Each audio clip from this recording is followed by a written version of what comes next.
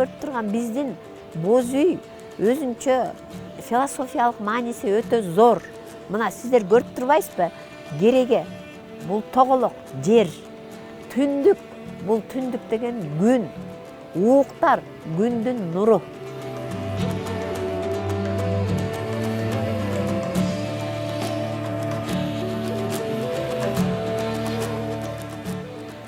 Менин иш баштап калганымдын себеби биз 5-чи муунбуз. Ушу иш баштаган боюнча менин энем Айтулуу Толгонай ушул өнөрчүлүк менен, боз үй жасоо менен, иш жасоо менен аябай бай болуп келген, балдарын багып келген. Демек, боз үйдү жакшы сактаса, боз үй ушу сизди бакканга жарайт.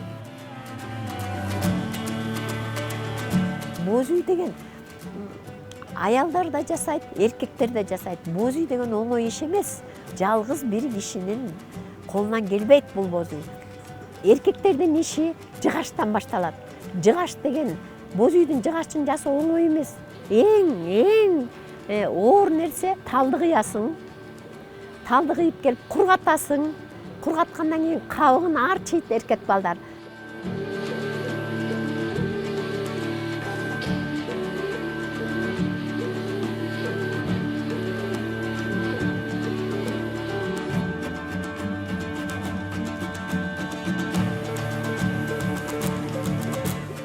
Эркектин жумушу бүткөндөн кийин аялдын жумушу башталат.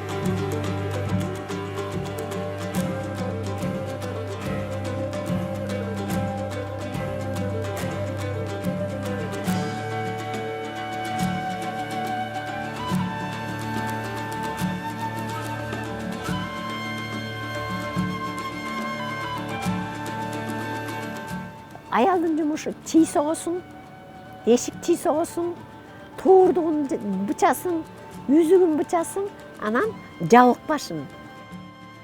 Текче. Текче деген эмне? Текче деген калпактарды коюп коет.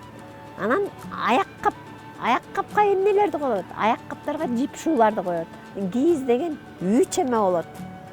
Келеп дейбиз, ак жүн менен кетет, андан кийин кара жүн менен кетет, андан кийин кайра ак жүн менен кетет. 3 слой менен кетет. Эмне себептен ортосуна кара жүн коет? Ал дагы караңгылыктан, курт кумурска да караңгылыктан коркот.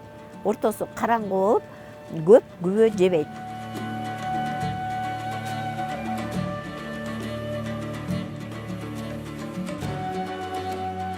Илгери бизде кулпу жок болгон, бакан менен жаап койгон да эшиктерин.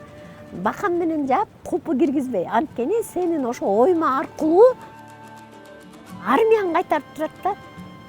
Мындайча айтканда эч кимдин духу жетпейт. Биздин урааныбыз жакшы иштеп, жакшы жүрүшүм, элиме кошкон үлүшүм. Мен элиме кантип үлүш кошолам? Ушул нарттуулукту кошуп үлүш кошолам. Сен маданиятың бар болсо улутсуң, маданият жок болсо улут эмессиң. Ушу маданиятыбыз, баалуулугубуз, мурасыбыз жоголбосо экен деп тилейбиз.